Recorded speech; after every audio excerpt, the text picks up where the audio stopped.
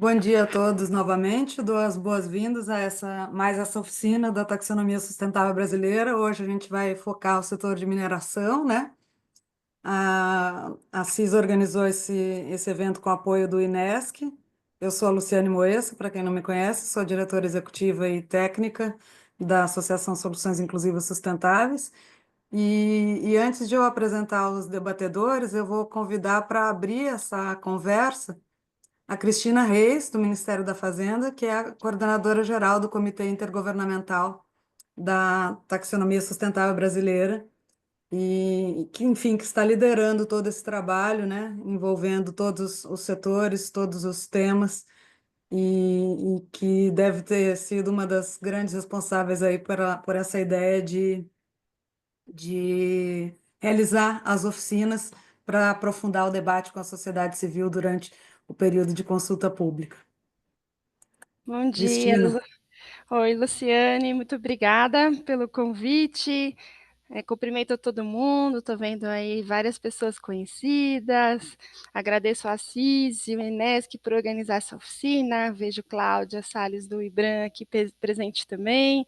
Agradeço o grupo técnico de mineração, né, por ter chegado a uma proposta, agora em consulta pública, para esse caderno, a taxonomia sustentável, e dizer o seguinte, eu quis muito que ocorressem essas audiências e oficinas ao longo da consulta pública, porque sabíamos que era muito necessário que os setores e as partes interessadas específicas relacionadas a cada caderno da taxonomia promovessem um debate qualificado, tivesse oportunidade de contribuir, de opinar, de criticar, porque esse é o processo que a gente está no momento, né? Então, acho que a maioria conhece, a taxonomia sustentável brasileira propõe um padrão para o entendimento de sustentabilidade, para atividades econômicas, ativos financeiros, projetos de investimento, mas nessa primeira versão se deteve a algumas atividades prioritárias e olhando alguns dos objetivos ambientais e climáticos, perdão, econômicos e sociais prioritários. Então, assim, a taxonomia ainda sofrerá revisões constantes, que faz parte do processo, mas nesse momento estamos prestes a concluir a consulta pública da primeira versão, agora em 31 de março. Haverá alguns meses de revisão, a gente espera que até final de julho essa revisão seja concluída, e com a aprovação de todos os comitês que fazem parte da governança, a gente vai lançá-la, né, em agosto e buscar o melhor normativo para sua implementação gradual, conforme for aprovado no caderno de MRV. Então, assim, estamos num momento muito crítico, que é um momento mesmo de aperfeiçoar bastante, de diálogo com a sociedade, e esse tipo de atividade aqui é fundamental para essa construção ser o mais transparente e mais democrática possível. Então, eu agradeço para todos que estão se dedicando. São muitas oficinas, eu não contei, mas acho que já chegamos na casa das 40 Oi? oficinas, audiências, Não, mas né, pode ao falar. longo desses últimos meses. E, Pode passar, bom, não vou tem passar problema. a palavra aqui para.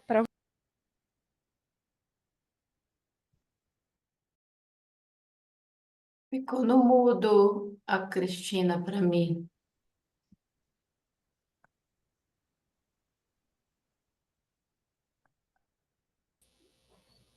Que foi, gente? Vocês não me ouviram? Agora sim. Finalzinho, no Só o finalzinho. final. Não ouviram nada? Não, não, só no finalzinho, Cris. Ah, tá bom. Eu estava, né, dizendo, então, de repente eu comecei a ouvir umas vozes e não estava mais entendendo o que estava acontecendo. Fiquei na dúvida se vocês não tinham ouvido desde o começo. Então, isso, gente, eu estava só dizendo que esse é um dia especial, todas essas oficinas, elas contribuem muito. Vi que chegou, né, também aqui o Ministério de Minas e Energia. Obrigada pela presença, pela coordenação do grupo. Vamos logo, então, iniciar essa discussão. Obrigada, Luciano, devolvo a palavra. Obrigada, Cris. Eu peço desculpas, na verdade, eu fui mutar a pessoa que estava com o microfone aberto e tendo uma conversa, e daí o seu nome vinha em seguida, eu que mutei você por acidente. Mas foi uma frase que a gente perdeu só. Bom, muito obrigada a todos, né? Infelizmente, eu estou sem notícia do deputado, que foi o segundo debatedor convidado, há 18 dias eu tive essa confirmação dele, do Zoom enviado, etc. Mas a agenda de parlamentar é meio maluca, né? Então a gente ainda não tem notícias dele, se ele vai entrar atrasado, mas nós vamos seguir com o debate. Eu quero. Eu quero apresentar para vocês, em primeiro lugar, o Júlio Grilo, que é vice-presidente do Fórum Permanente do São Francisco, é uma entidade mineira que é muito focada no setor de mineração, sustentabilidade no setor de mineração, mas em alguns outros setores também, como transportes e energia. O Júlio é engenheiro civil e tem uma larga experiência no setor privado, no setor de informática, na mineração também. Foi superintendente do IBAMA, em Minas Gerais, em 2016. E ele apoiou muito a CIS tecnicamente na elaboração das nossas propostas. O Júlio também é nosso associado e membro do Conselho Estratégico. Então, a gente teve uma equipe dedicada, mas tivemos o apoio estratégico do Fórum Permanente do São Francisco. E vocês vão perceber pela fala dele que é uma proposta que ela é focada, enfim, na mineração em geral, não é focada apenas nos minerais críticos para a transição energética, e é focada na agenda de adaptação, sobretudo de adaptação dentro de uma leitura ampla, uma leitura que inclui a eficiência hídrica também, porque a escassez hídrica é o principal risco climático decorrente, é o principal risco físico decorrente das mudanças climáticas, né? Então, de um modo geral, eu posso dizer que enquanto a proposta que está submetida à consulta pública, que a Cláudia vai falar bastante dela para vocês, a Cláudia do IBRAM, ela está focada em 8 minerais que se entendeu, se avaliou como críticos para a transição energética. A nossa proposta ela é focada em esverdear o setor de mineração, sobretudo do ponto de vista climático, tá? A gente não aprofundou nos outros objetivos ambientais, porque não é essa etapa que nós estamos, não estamos nessa página ainda na taxonomia. Júlia, a palavra é sua, vou te deixar compartilhar slides. Bem, enquanto eu Sou de Belo compartilho. Horizonte.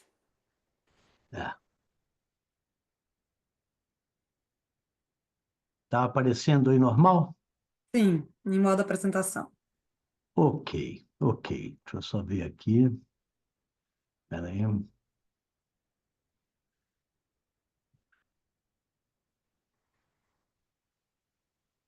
Ah, muito bem. Queria inicialmente agradecer aí pelo convite, cumprimentar a todos, tá? E nós vamos falar então sobre as contribuições para a taxonomia sustentável brasileira nas indústrias extrativas, principalmente, quer dizer, no caso, a mineração, tá? O setor de mineração não foi incluído. Eu estou querendo diminuir esse quadro aqui. Espera aí, como é que eu faço isso? Tá super bom, Júlio. Não, mas é que para mim aqui ele está... É a minha transposição, é? É, mana. Ele deu que estive tem que... Bom, É amanhã, ok. né? Olha, o setor de mineração não foi incluído na maioria das taxonomias existentes. A exceção é a taxonomia chinesa. Nós temos a taxonomia da Indonésia, mas ela não foi considerada por não estar traduzida para o inglês, tá? Nós vamos falar primeiro sobre a questão das exclusões, que é a questão 11.2, tá? No caso, principalmente aqui, de mineração de alumínio e principalmente de ferro, tá? São minerais de amplo uso na economia, não são essenciais ou críticos para a transição energética, tá? Não precisam de estímulos econômicos para terem maior acesso ao capital. São minérios tradicionais e amplamente explorados. No caso, por exemplo, do minério de ferro, que eu acompanho há muitos e muitos anos, tá? Eu trabalhei 12 anos na Belgo Mineira, depois eu fui diretor de uma das empresas do grupo da Vale, tá? O minério de ferro chegou a ser vendido a 30, $35 a tonelada, tá? E tinha muita exploração, ninguém reclamava de prejuízo. Já chegou a 200, hoje gira em torno de $100 a tonelada. A diferença entre esses 100, cento e poucos e os 35 é lucro líquido, quer dizer, não precisa de estímulo econômico, tá? A exploração, em grande parte das vezes, eu diria que hoje, na maior parte das vezes, é realizada de forma irresponsável, com impactos socioambientais devastadores e irreversíveis. Em território brasileiro ocorreram duas das maiores tragédias que se tem notícia, Mariana e Brumadinho.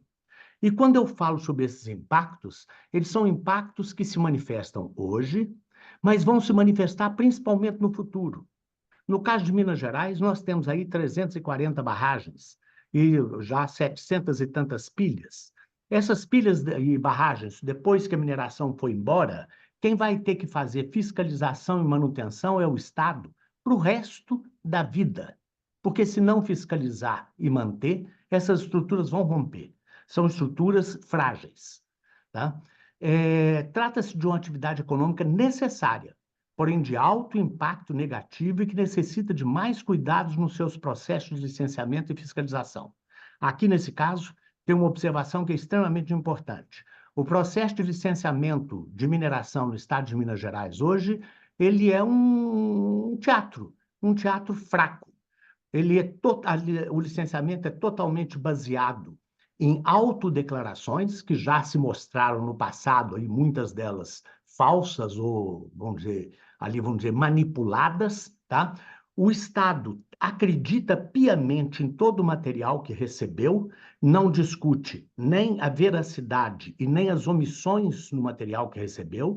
Isso vai para um conselho que tem 3/4 dos votos ligados aos interesses econômicos. Já foi objeto, isso inclusive, de uma ação civil pública por parte do Ministério Público do Estado de Minas Gerais em 3 de dezembro de 2020. Quer dizer, qualquer coisa que seja apresentada como projeto para mineração hoje é aprovada, tá?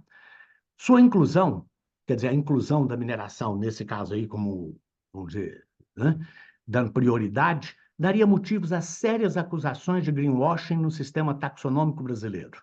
Isso é muito importante, pois o saldo ambiental e social dessa atividade é bastante negativo, mesmo quando a legislação pertinente é observada.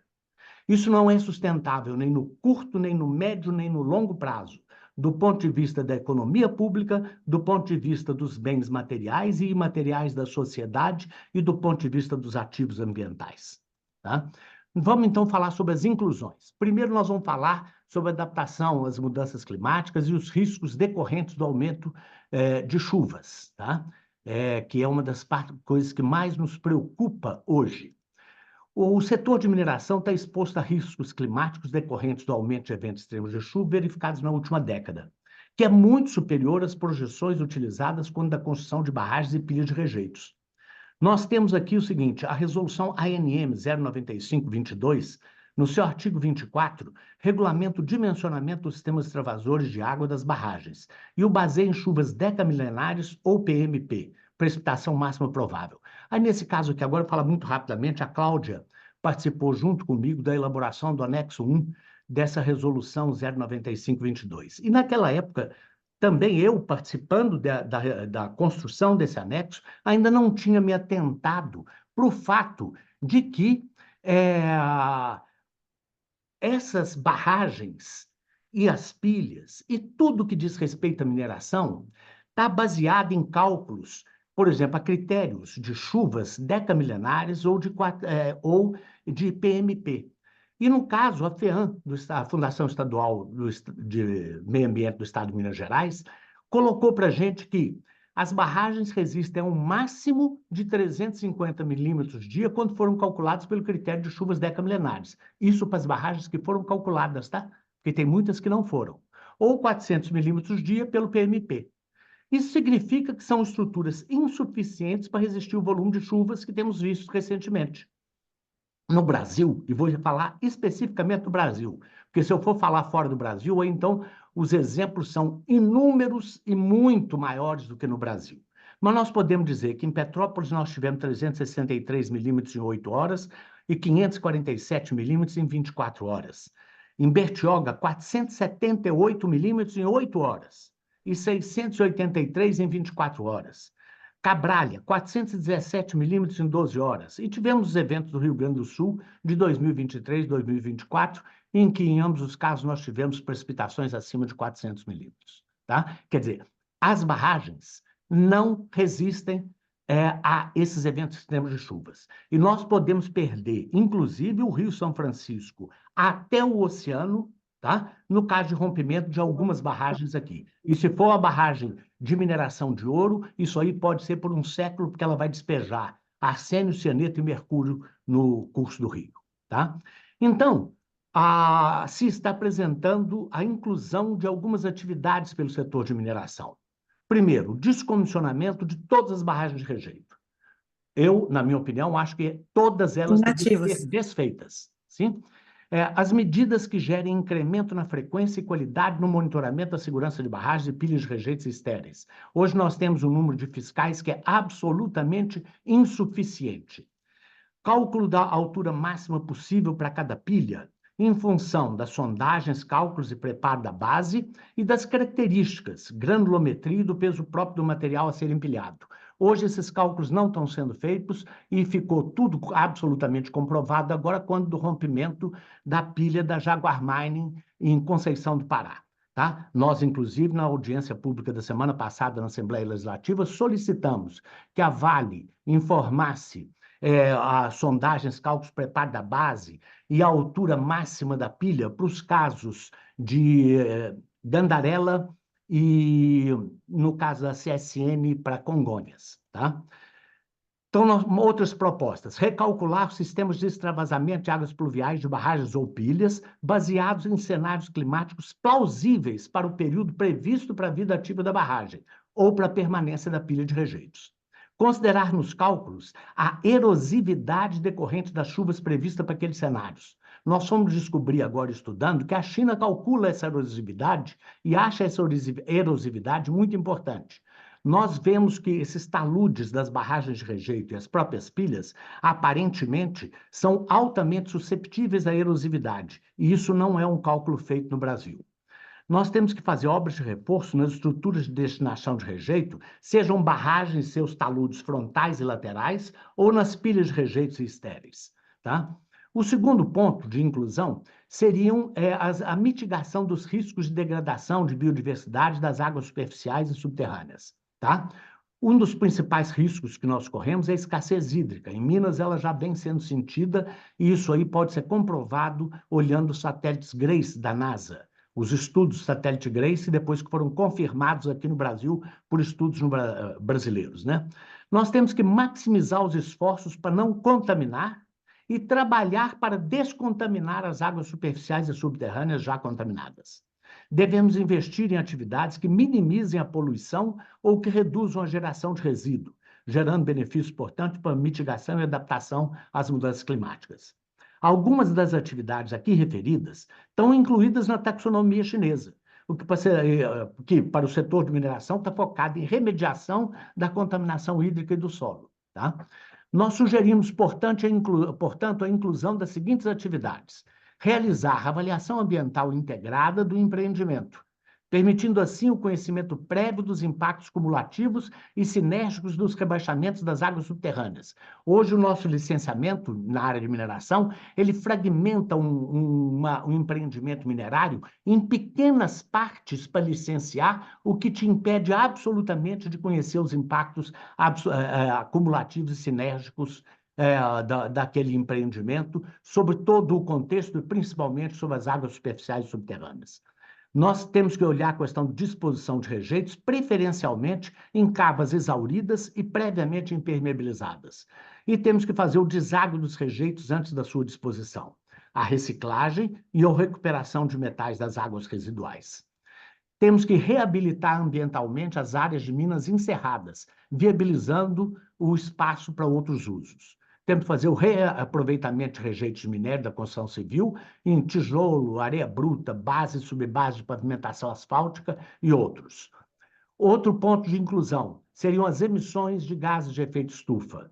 No caso da mineração, nós temos que partir para a aquisição ou reforma de caminhões para o transporte interno e externo de minérios, rejeitos e estéreis que usem tração elétrica ou combustíveis renováveis, como biometano, por exemplo.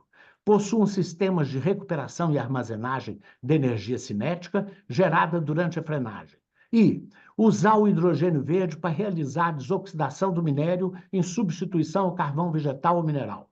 Tá? essa é uma parte em que eu acho que é muito importante. Nós temos que começar a fazer uma transição realmente para a produção de aços verdes, e a primeira etapa disso é na parte de produção de ferro-gusa, tá? Quando se exporta o ferro-gusa, aonde deveríamos partir para a desoxidação à base de hidrogênio verde, eliminando aqui, no caso, o carvão vegetal mineral, mas principalmente o carvão vegetal, que hoje é a base de eucalipto, e que ele está, vamos dizer, as grandes plantações de eucalipto estão localizadas justamente nas áreas onde hoje nós temos comprovadamente a maior perda de lençóis subterrâneos. No caso, por exemplo, ali daquela região em torno de Curvelo, onde nós temos grandes plantações de eucaliptos, os satélites Grace nos mostram que nós perdemos aproximadamente 28 centímetros de lâmina d'água nos lençóis subterrâneos nos últimos 10 anos, tá? Basicamente seria isso. Vocês me desculpem se eu corri muito, mas é porque era para poder falar tudo, tá? Muito obrigado. É isso aí. Obrigada, Júlia, eu que te agradeço. No fim, a gente vai ter, se o deputado realmente não vier, 10 a 15 minutos a mais também, que a gente pode usar no debate, né? Foram contribuições aí bem fundamentadas, né? A gente está focado, como vocês viram, as propostas da CIS, na mitigação de riscos e de impactos negativos do setor de mineração. Isso que a gente chama de esverdear o setor, né? É um setor, enfim, como todos nós sabemos, que tem muitas atividades que não tem substituto, é um setor necessário, só que é possível mitigar esses riscos, né? E a gente sabe que algumas mineradoras já estão fazendo isso, já existe a destinação de rejeitos para construção civil, por exemplo, existem alguns projetos pilotos super interessantes, mas se isso entrar na taxonomia, é um incentivo ainda maior para que novas empresas é, façam isso e a gente, enfim, tenha reduzido o risco de visualizar novas tragédias, como a gente já teve no setor de mineração no Brasil. Agora eu vou passar a palavra para o professor Bruno Milanês, da Universidade Federal de Juiz de Fora, que coordena um núcleo que tem um nome super poético, né? O Poemas. Eu vou deixar para ele apresentar para vocês. Júlio, se você puder tirar, não sei se o Bruno vai usar slides, compartilhamento de tela. É, Eu achei que já tinha tirado. Deixa eu... Não, a gente ainda está vendo o obrigado.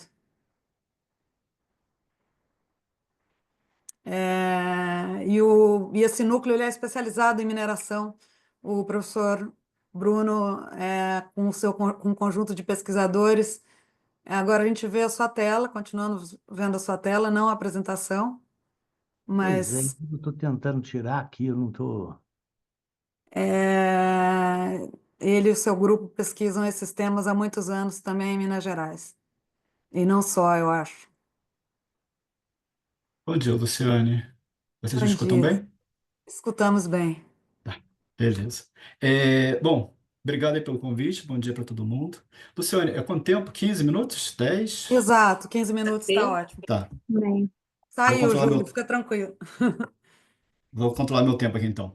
Então, como a Luciane me apresentou, eu sou Bruno Milanês, eu sou professor da Faculdade de Engenharia da Universidade Federal de Juiz de Fora e coordeno o grupo de pesquisa e extensão Poemas, Política, Economia, Mineração, Ambiente e Sociedade, que é um grupo que envolve pesquisadores de 8 universidades diferentes em 3 estados, né? Rio, Goiás e Minas Gerais.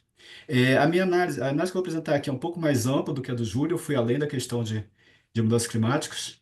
Tá? E, Luciane, eu preparei uma nota técnica, então depois, se for o caso, se vocês tiverem interesse, eu posso passar para vocês, porque tem alguns dados aqui, alguns números que podem interessar.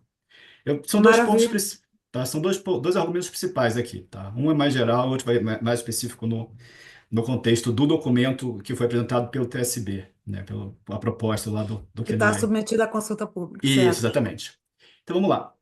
Considerando que a extração mineral gera grandes danos socioambientais, tá, em diferentes escalas, microalojamento, primeiro, ela está incluída na taxonomia sustentável. Tá? Não por acaso, atividades não comumente incluídas nas taxonomias em outros países. Além disso, a extração mineral já tem grande quantidade de incentivos tributários, né? Eles têm o mineral, quando ele é exportado sem ser beneficiado, ele é beneficiado pela Lei Candir, então ele é isento de ICMS, entre outros impostos, E quando é na Amazônia, ainda tem as isenções da Sudã, ou seja, 75% de imposto de renda de pessoa jurídica deduzido. Então já é bem garantido, né? Além disso, nas experiências passadas de políticas industriais, com a política de desenvolvimento produtivo, o Plano Brasil Maior, né, mostra que incentivos horizontais tendem a favorecer setores que o Brasil possui vantagem comparativa. O que é isso? Quando você não dá incentivo focado, que é o caso, aparentemente, do TSB, são vários setores. Não por acaso, no final do governo Lula 2, os setores que mais cresceram foram mineração, petróleo, carne e celulose, porque aqueles mais lucrativos são aqueles que mais recebem estímulo, né? E, além disso, a TSB ela tem um pressuposto, que eu acho que é incorreto, que é equivocado, que tem uma fonte inesgotável de recursos financeiros. Na verdade, tem um custo de oportunidade. Quanto mais recurso for direcionado para a mineração, que já vai se desenvolver de qualquer forma, né, menos recurso vai ser direcionado para atividades que o mercado não vai incentivar, né? Estou pensando em transporte coletivo, indústria de bateria, ônibus elétrico, né? Então a gente vai perder dinheiro onde a gente precisa estimular para levar para atividades que não precisam de estímulo, que já tem estímulo suficiente. E no final, esse lítio vai para a China, nas terras raras dos Estados Unidos, e tudo continua como antes. Então, nesse primeiro argumento, a sugestão é não deveria, a mineração não deveria ser incluída na TSB. Ponto. Tá? Porém, dado que eu sei que provavelmente a sugestão vai ser ignorada, né, vamos para o lado mais realista da coisa, né? Se vai incluir a mineração, deveria ser uma mineração extraordinária, uma mineração excepcional, aqui acho que são topo de cadeia, né? As que de fato venham a ser gerem poucos danos ambientais. Porém, o TSB, como está proposto, ele é muito brando, tá? Ele simplesmente nivela por baixo e não faz grande diferenciação entre os setores. E eu vou mostrar por que eu falo isso. Tem alguns argumentos que falam assim, basta estar em conformidade com a legislação para ser enquadrado. Bom, se está fora da legislação, já não devia estar operando. O fato de você achar que respeito à legislação já é sustentável é ser muito pouco rigoroso, né? Então, na verdade, e ter um sistema que não diferencie quem realmente está fazendo efeito de quem não é, vai simplesmente não apenas dispersar esses recursos, como levar a questionamentos da própria seriedade do TSB. Então, acho que esse critério tem que ser revistos. Então, vamos por partes aqui. Agora, eu vou pegar o documento do TSB e vou comentando alguns pontos, né? Primeira coisa, objetivo 1, mitigação de atividades qualificadas, né? Concordando com o Júlio, tirar ferro e alumínio, né? Já tem estrutura consolidada, já tem investimento garantido, são setores que competem com a economia circular, então já tem uma estrutura. Quanto mais você tirar de bauxita e de minério de ferro, quanto mais você ofertar para o sistema, menor o incentivo para reciclagem. E vale a pena lembrar que o minério de ferro foi incluído na Lei Complementar 214/2021 do imposto seletivo. Ou seja, por um lado, você diz que é um setor como um todo danoso ao meio ambiente, e depois vai dizer que ele é sustentável. Tem uma clara contradição aí e não faz sentido você penalizar por um lado e estimular pelo outro. Você simplesmente não sabe o que você acha da mineração, né? Segundo, excluir o cobre, ou parte do cobre, pelo menos, né? Que tem assim, do cobre fala atividades genéricas para transmissão de de eletricidade. Não tem como rastrear se o cabo de cobre que vai ser feito vai servir para, por exemplo, para a transmissão de energia da termoelétrica a carvão. Então, dizer que vai ser para energia elétrica não garante uma descarbonização. O cobre deveria ser mais restritivo e não tão aberto assim, né? Ah, além disso, os padrões de emissão que foram definidos lá para intensidade de carbono assim, alguns não fazem sentido, tá? Alguns, assim, primeiro tem que estar mais claro qual é a metodologia adotada, tá? E alguns deles, né, são equivalentes à média do setor brasileiro. Então, no cobre, a intensidade indicada é 0,005 toneladas de CO2 por tonelagem minerada, que é a mesma da média brasileira. Para o ferro é 0,08, que é a mesma da média brasileira. E isso levando em consideração que a sugestão do TSB é excluir as emissões de floresta, de mudança do solo. Quer dizer, estão botando menos rigor no escopo 1, que está tirando o solo. A média brasileira com o uso do solo é igual ao que está sendo proposto, né? Então, é um padrão muito baixo. E eu não entendi quais foram os critérios para as outras métricas. Seria interessante saber para poder avaliar se faz sentido, se são rigorosas o suficiente, né? De novo, acho que tem que voltar não faz sentido excluir a mudança do uso do solo, não sei por que foi proposto isso, né? Lembrando que na Amazônia, os projetos de mineração podem aumentar significativamente a perda florestal, a uma distância até 70 quilômetros das minas, e gera um desmatamento 12 vezes maior que a área de lavra concedida. mineração é um indutor de desmatamento na Amazônia. E é interessante pensar que o setor diz que ele não desmata. Então, se para o setor ele não desmata, por que está excluindo o uso do solo? Tem uma outra contradição aí em termos por conta disso. No caso do minério de ferro, assim, as estimativas mostram que o uso do solo pode ser equivalente, no caso brasileiro, a 9% da pegada de carbono do mineral. É algo significativo e deveria ser incluído nessas contas, né? O outro problema aqui que eu discordo da metodologia em si é excluir transporte. Tá? Eu sei que tem papo de escopo 1, escopo 2, discussão de KNAI, mas isso é manobra, malabarismo contábil. Porque a MRS é da Vale, da CSN, a Carajás é da Vale, Vitória Minas é da Vale. Dizer que porque mudou a KNAI não é setor, e por isso eu não vou considerar as emissões, não faz sentido, e são setores são emissões que facilmente as mineradoras contabilizam. Então, se a gente pensar aqui, de novo, no caso do minério de ferro, tá? O setor transporte ferroviário é mais ou menos 11% da pegada de carbono e o transporte marítimo 27%. Tá? Você descontar essas emissões de logística do compro total, e pensando que 70, 75% do minério de ferro e outros minérios no Brasil são exportados, né? Tem uma pegada de carbono muito grande, eles só vão deixar esse minério quando chegarem na China, quando chegarem na Ásia, etc. Descontar isso é simplesmente você baixar o sarrafo. Acho que a gente deveria considerar padrões muito mais elevados e rigorosos em termos disso e incorporar na metodologia, né? E também excluir o gás natural como combustível aceitável. O gás natural, combustível fóssil, não deveria estar num debate sobre transição energética e tudo mais. Deveria, se a gente quer realmente premia quem está trabalhando com renovável. Então, esse na parte geral. Vamos para o outro ponto agora, que é não prejudicar significativamente, né? Questões gerais. Tem um item ali que eles falam, né? Na área de influência direta do empreendimento, não deve haver perda de valor da biodiversidade e ecossistemas considerados substitutíveis em nível regional e nacional.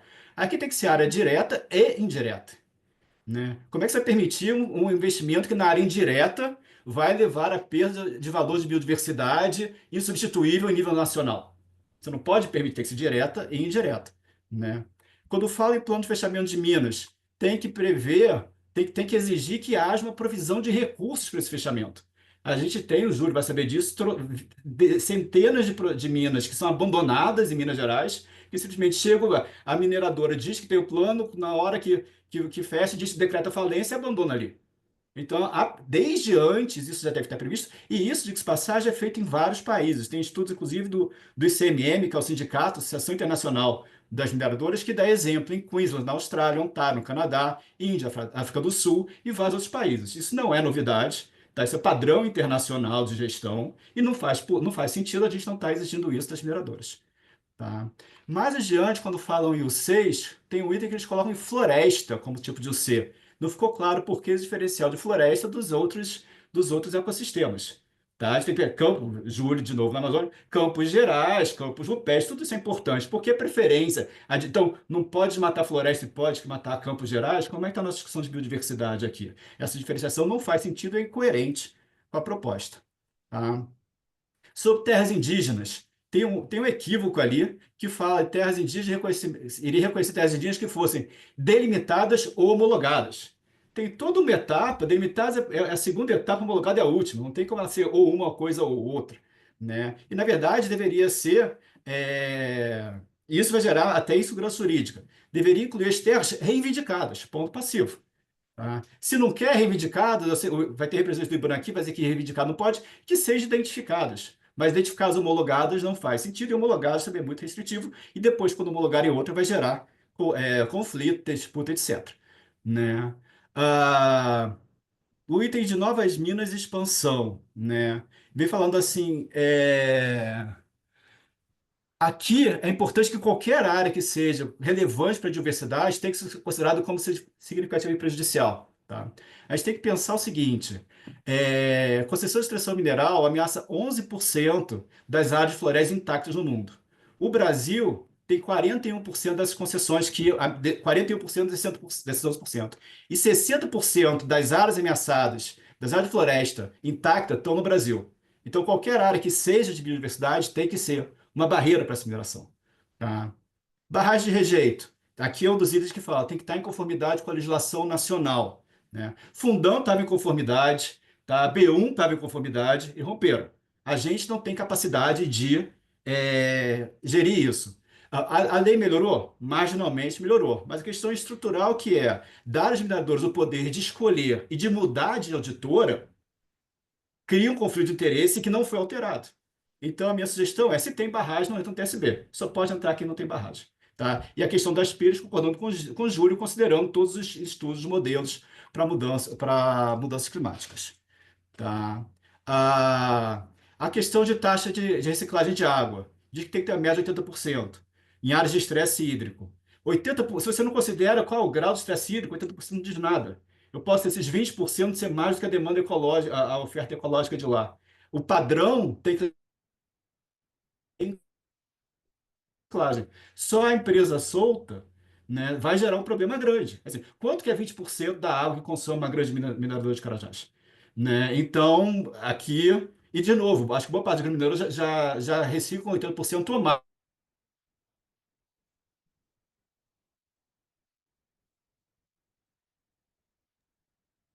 Gente, Isso é pouco cortou aqui. aplicável. Oi, desculpa. Cortou aqui um É, pouco. Tá, cortou, mas fazia pouco tempo. Deu tá para ouvir ok. quase. Tá, então eu estava falando da água dos 80%, isso vocês pegaram, Sim. né? Depois, a transição da economia circular tem uma ressalva ali que tem que ter estudos que mostrem que a mineração compromete a economia circular. É uma ressalva que dificilmente vai se viabilizar na prática, então ela simplesmente inviabiliza o debate sobre teoria circular, ali tem que ser reavaliado. Tá? Prevenção e controle de contaminação. O critério é não utilize substâncias restritas ou classificadas. Não é questão de não utilizar, é não liberar para o ambiente. Porque muitas vezes metais pesados vão estar presentes no subsolo, quando você minera, você vai liberar isso para o ambiente. Então não é questão de usar, não usar, é não liberar. Tem que tomar cuidado com isso. Tá? Eu tenho só 2 minutos. Tem uma série de questões sobre o anexo A1, aqueles indicadores NPS 1, 2, 3, etc. Ali tem um grande problema que é tudo possui política, possui procedimento. Possui, todo mundo possui. Tem que saber se é efetivo. Então tem que ter critérios, assim, não é possuir um critério para que um dia, quem sabe, mulheres fiquem na diretoria. É 50% de mulheres na Implementar. diretoria. Tem que ter meta real. Só o procedimento não garante nada. Tá? Ou garante que um dia, quem sabe, eles chegam lá quando eles quiserem. Então, acho que todo aquele pacote tem que ser revisto. Tá? Último minuto. Ah, tem que levar em consideração, tem que pensar que os projetos não podem ter impacto direto e indireto sobre áreas que são definidas como de interesse social, interesse público, utilidade pública. O que eu estou falando? Unidade de conservação, terra indígena, território quilombola, assentamento e reforma agrária ou atividades essenciais, produção de alimentos, captação de água. Tem que ter coisa assim, se isso aqui é de interesse público, utilidade pública, interesse social, não pode ter conflito. Tá? Indicador mínimo de geração e qualidade de emprego gerado. As partes de emprego estão muito frágeis. Então, taxa de terceirização, quando a mão de obra local é gerente, quando a mão de obra é superintendente, não é só peão lá que fica na faxina, né, e é demitido a cada 3 meses. Né? Teor mínimo de minério. A gente tem que levar em consideração que se o teor for muito baixo, você gera uma quantidade de estéreo e rejeito muito grande. Então, mesmo que seja economicamente viável, ambientalmente não é viável. Então tem que ter um padrão mínimo de teor de minério, que pode ser o decil superior, o quentil superior, não sei, mas pensar alguma coisa de teor e, por fim, indicadores mínimos de consumo de energia e de água.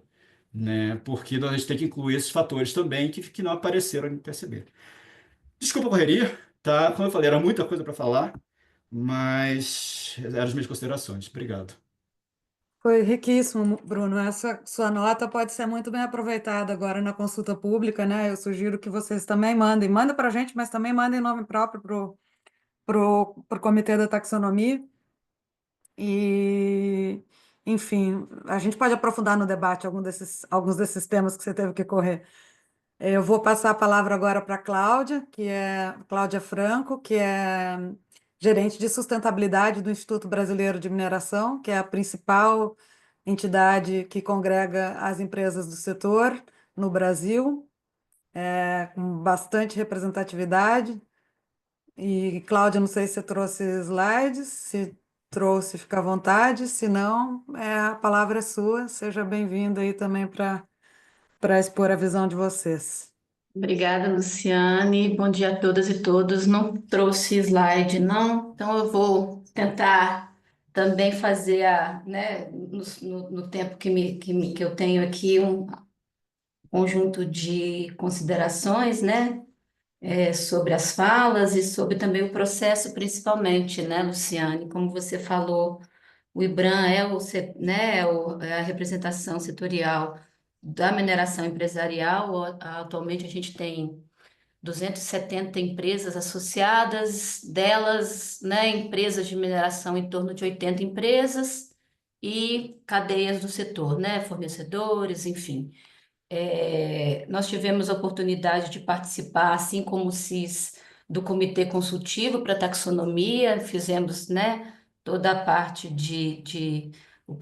pleiteamos vaga e submetemos também um portfólio para sermos Membros. escolhidos, né, para participar desse comitê, e fizemos então parte do processo, né, da parte consultiva da construção da taxonomia. Talvez não fosse eu aqui a falar, né, porque quem ficou a taxonomia foi construída pelo governo federal, né, capitaneado aí pelo Ministério da Fazenda, mas as diversas áreas aí dos segmentos produtivos foram, então, representados pelos seus ministérios afins. No caso do CNAE-B da mineração, o coordenador foi o Ministério de Minas e Energia, o Paulino, que fez a parte, né, o coordenador técnico dessa agenda. Uma consideração, né, diferente, né, e só diferente do que Júlio e Bruno trouxeram. No caso da mineração, não só a taxonomia chinesa trata da mineração, mas há outras taxonomias que vêm abordando esse assunto, né? Vou pegar a cola: Mas não estão publicados ainda, Canadá e Chile. Não, Canadá, não estão Chile, União concluídos. Europeia, né? Canadá, Chile, União Europeia, Austrália e hoje o Brasil, né? Austrália E em a minha elaboração também. União Europeia, pesquisa, Cláudia? União Europeia. União Europeia também. Então, e na minha perspectiva, eu acho que seria um erro a gente não considerar a taxonomia e o segmento da mineração dentro do processo de taxonomia, porque a mineração é a indústria de base para todos os setores. E o que a taxonomia traz? Diferentemente também do que foi falado. Ela não é um sistema ela não é uma ferramenta de garantia de estímulo econômico, mas sim um sistema de classificação que define critérios para contribuição substancial, né? Aí baseados na ciência, nas atividades econômicas e nos objetivos sociais e ambientais. A taxonomia brasileira difere das demais não só pela essa questão de trazer principalmente, né, a avaliação da contribuição climática, né, da questão relacionada à intensidade de emissão, mas também todo esse componente de geração de emprego e renda, né? A diferença da nossa taxonomia para as demais taxonomias, especialmente da União Europeia, é que ela traz esse componente social aí sendo avaliado. Então, é importante dizer então, que não é um estímulo econômico, mas sim uma ferramenta que propõe de forma binária, se sim ou não, se aquela atividade ela está convergente com uma determinada condição, determinado conjunto de critérios. E ela tem que ser vista de uma maneira global. Foi fatiado porque fica mais fácil, né? Você tem o KNAE-B, o KNAE-A, o KNAE-F, mas a taxonomia ela vai ter que ser verificada de maneira transversal, porque uma atividade ela não para, né? O Bruno mesmo falou. O lingote de alumínio, ele não para no lingote. Ele vai ser vendido para uma determinada cadeia e isso vai garantir a rastreabilidade desse processo. Então, é importante a gente perceber esse ponto, né, do sistema de classificação. E um outro ponto também importante dizer por que a escolha desses bens minerais dessa primeira rodada. A Cristina bem lembrou, essa taxonomia ela é dinâmica, ela vai ser viva, essa é uma primeira rodada. O objetivo é que seja incluído todas as tipologias minerais, ou seja, as 70 bens minerais que o Brasil hoje produz, mas numa primeira fase era impossível a gente incluir esses 70 bens minerais. né? Então, pela escolha e definição em conjunto com a coordenação pela coordenação do MME e com a equipe que auxiliou a construção dessa taxonomia, os bens minerais escolhidos, né, esses 8 bens minerais definidos dessa primeira rodada, eles foram considerados pela relevância econômica e estratégica. Isso é importante dizer do que a gente está falando, né? Minerais críticos, eles têm uma importância em termos de suprimento global para uma determinada questão, no caso a transição energética, e a questão estratégia, ela tá definida em termos de materiais que tenham importâncias para o mercado nacional. E aí, pegando a questão do ferro, o ferro ele tem uma relevância, né, para a balança comercial, ele é um bem importante para toda essa estrutura, né, econômica que o Brasil possui. Enfim, não era voltando a essa minha fala, né, e a escolha dos bens minerais, teria então a relevância econômica e estratégica, a relevância para a transição energética e o alinhamento com os esforços internacionais para a definição da taxonomia sustentável.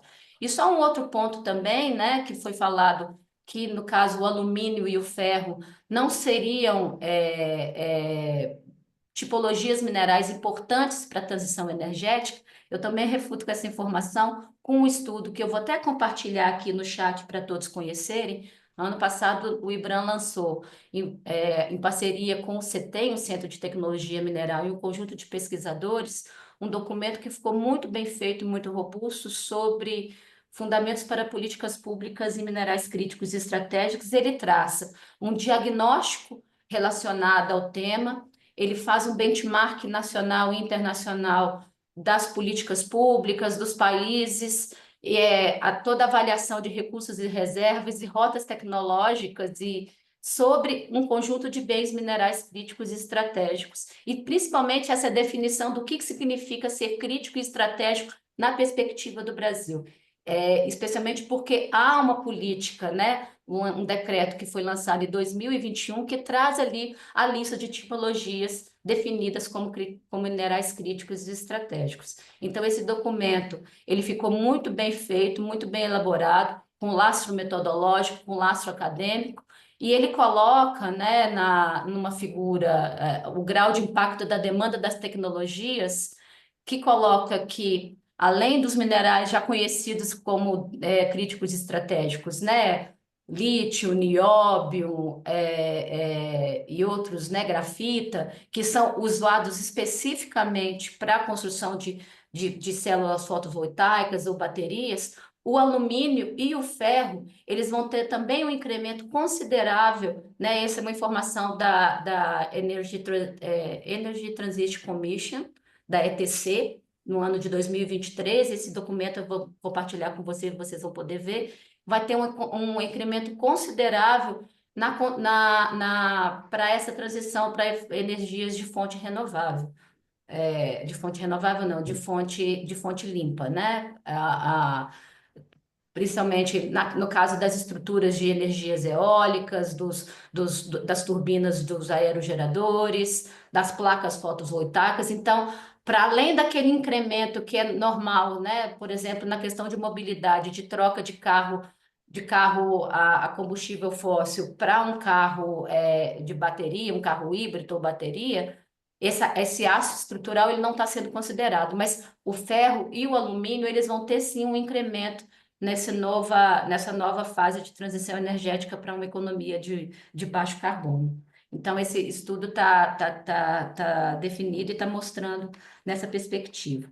Aí, voltando na taxonomia, nós, pelo IBRAM, no ano passado também lançamos um terceiro inventário de emissão de gases de efeito estufa do setor mineral. Nesse inventário, ele considerou 27 tipologias minerais, e esse inventário ele traça não só a intensidade de emissão da extrativa mineral, e aí, Bruno, a gente considera sim mudança de solo, tá? Vou compartilhar com vocês também esse documento. Só que como para a gente entender, né, e fazer uma estrutura metodológica que fizesse sentido com os outros estudos que a gente já realizou e seguindo também as premissas internacionais do GHG Protocolo, foi se definido, então, um escopo de avaliação muito bem definido, que a gente se considerou somente o limite operacional da fase da extrativa mineral, que entra somente a parte de abertura de frente de lava, a parte da extrativa e beneficiamento físico, toda a parte de transporte interno dentro da operação, a parte de recuperação e também o encerramento dessas áreas. O que passa para fora nós já entendemos como a parte da transformação mineral. Então, essa parte, a contabilidade, claro, há empresas que são tanto extrativa mineral como transformação, e elas têm essas informações, mas no aspecto do nosso inventário, do inventário do setor, do inventário do IBRAM, né, de emissão de gás de efeito estufa, a fase e o limite operacional foi considerado dentro dessa faixa. E esse inventário, ele considerou não só os dados, né, de emissão das empresas, mas também de produção, mas também consideramos os dados públicos e os dados também de referência mundial. E consideramos, então, a produção para 100%, ou seja, se eu falo da emissão do bem mineral níquel, eu estou considerando que para o ano de 2024, o níquel teve X% de toneladas de carbono equivalente por ano, né? Então, a gente conseguiu fazer essa avaliação a partir das premissas que foram consideradas também. Esse documento foi lançado no ano passado, em maio do ano passado, e pelo fato de ter laço metodológico e de ter uma premissa fundamentada, nós ofertamos esse material aos consultores que estavam trabalhando à época, né, com a taxonomia, né, que deram apoio aí à construção da taxonomia, como a avaliação do Brasil em termos de emissão de gás de efeito estufa para aquela consideração, para aquela cadeia. Se vocês veem, né, foi falado, né, dos quinais e os bens minerais que foram elencados, alguns deles, eles consideraram a média brasileira, e daí vem, então, essa informação da média brasileira sendo relacionada ao inventário que foi produzido pelo IBRAM, mas outros bens minerais, aquela informação não foi considerada, e sim benchmarks internacionais que foram avaliados e entendidos como os melhores a serem considerados. Deixa eu ver mais aqui o que eu queria comentar. Tá, a parte de crítico estratégico, a questão Está dos... claro. Oi? Mais 2 minutinhos. Tá bom.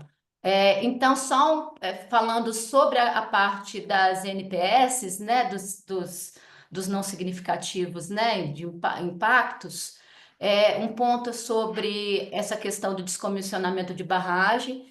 É importante dizer que, como se trata de um sistema de classificação, ele também não pode ser extensivo e extenuante dentro das legislações, né? Ali ele coloca muito bem que toda a parte de barragens e todas as questões relacionadas a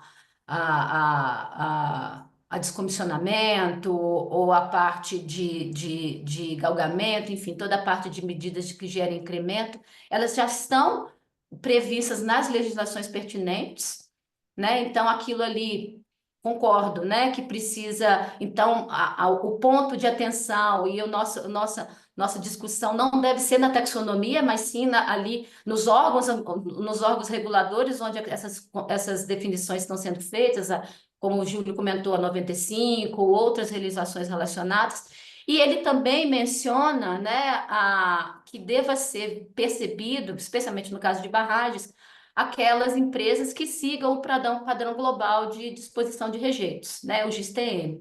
O GISTM é um conjunto de princípios, ele foi feito com o PNUMA, né, o órgão das Nações Unidas para o Meio Ambiente, o ICMM e o PRI, e ele é um órgão desvinculado do setor, ou ele tem uma entidade específica que faz essa avaliação, e ele traz um conjunto de princípios que procura atingir Vocês estão me ouvindo? Minha internet está ruim. Sim. Ah, tá. ele traz esse conjunto de princípios que tenha que evitar danos às pessoas, danos ao meio ambiente, tolerância zero para fatalidades, exige aos operadores que assumam as responsabilidades, define uma figura muito importante, que eu acho que foi uma conquista para nós, né? E eu me colocando aí como sociedade também, e entendendo que é importante a gente ter essas figuras, o engenheiro de registro, né? Que era uma figura que isso não existia no passado. E ele exige principalmente a divulgação das informações relevantes, a prestação de conta e a transparência. E só Obrigada, Cláudia. Oi? Obrigada. Não, e só Pra... o último ponto, que é só sobre a questão da economia circular. Hoje o setor ele tem investido um grande esforço na parte de economia circular, não só na parte de pavimentação, de briquetes ou de construção civil, mas você já tem aí uma série de empresas fazendo outras rotas tecnológicas para os seus resíduos, que eu acho que é muito bacana conhecer e entender. E um ponto fundamental que hoje, né, e é uma mudança de paradigma, eu acho que processos, né, vão acontecendo ao longo do tempo, mas você cada vez gerar menos resíduos, que eu acho que essa é a mudança de perspectiva e de paradigma. Você tentar produzir naquilo que é necessário, mas com menos resíduos e com mais qualidade. Então, eu vou compartilhar aqui no chat esses 3 documentos que eu mencionei, o inventário, a parte dos fundamentos, que eu acho que vai ser muito rico aí para todos vocês, especialmente o pessoal da área da academia, e os 2 publicações de economia circular que nós lançamos nos últimos anos para vocês conhecerem. Fico aqui à disposição. Obrigada. Bom, o mercado é heterogêneo, né? O conjunto de empresas que vocês representam é heterogêneo, a gente sabe que tem boas práticas e a gente deseja que entrem na taxonomia justamente as boas práticas, porque quem faz melhor merece ter mais acesso a capital. A taxonomia, ela busca direcionar, né? Ninguém garante, mas ela busca direcionar o acesso a capital. Então, por isso que o Bruno falou da questão dos incentivos econômicos, mas não é tão direto como no caso dos subsídios fiscais, com certeza não é. Eu vou passar a palavra agora para a Gabriela Sarmé, do Observatório da Mineração, que é uma outra organização da sociedade civil importante nesse ecossistema, também tem muitos anos aí de atuação, conhece bem os riscos e os impactos socioambientais do setor, né? E que, enfim, eu convidei para analisar a proposta também da taxonomia, como colocada pelo governo, como submetida à consulta pública, e pedi que desse uma olhadinha nas propostas da CIS. Gabriela, a palavra é sua. Oi, pessoal. Eu espero que vocês estejam me ouvindo. Eu só vim pegar uma água rapidinho, porque até chegar na minha parte, minha água acabou. Mas só para, enfim, atualizar todo mundo, né? Quem não conhece o Observatório da Mineração, a gente tem um trabalho de mais de uma década, né? Monitorando o setor mineral e trabalhando diretamente com as comunidades atingidas por projetos de mineração, né? A gente se consolidou como um centro de jornalismo investigativo e, mais recentemente, a gente está se consolidando como um think tank, né, para poder direcionar o trabalho que a gente faz com pesquisa justamente para fazer incidência política em políticas públicas e em espaços como esse. Então, eu queria agradecer muito ao pessoal do CIS pelo convite, a Luciane, que foi super cuidadosa para explicar, né, como é que seria a dinâmica aqui, e saudar todo mundo que está aqui presente, principalmente o pessoal do Ministério do Meio Ambiente, quem dera, mas o Ministério de Minas e Energia, que é muito importante ter esse diálogo, né, com a sociedade civil. Então, para começar, gente, alguns pontos, né, que eu acho que são relevantes, o Observatório da Mineração está fazendo uma análise muito internacional da geopolítica mundial quando a gente fala do tema da mineração, né? E como o Brasil ele vai sediar a COP do Clima, a primeira COP da Amazônia, a gente acredita que o Brasil precisa liderar pelo exemplo, né? O exemplo da preservação ambiental, o exemplo da terra, da preservação da terra, das nascentes e cursos d'água. E para isso, né, considerando que a gente está em um momento de emergência climática, medidas ousadas e ambiciosas, elas são mais do que necessárias. Então, eu faço eco ao que o pessoal falou antes de mim, de que a gente precisa, sim, de padrões mais rigorosos do que estão expostos nessa taxonomia, né? Então, que bom que ela está ainda sob consulta pública para a gente poder fazer algumas considerações. Eu vou começar pelo segundo ponto do CIS, né, de inclusões no princípio de não prejudicar significativamente. Por motivos de conhecimento mesmo, a gente não sabe de onde veio esse critério de não prejudicar significativamente. Eu entendo que seja algo que já faz parte da taxonomia sustentável, por conta dos outros processos, mas acho que seria interessante entender um pouco como é que são definidos esses critérios e quem participa nessa definição, né? Sobre a inclusão na parte de adaptação climática por conta do risco do aumento de chuva.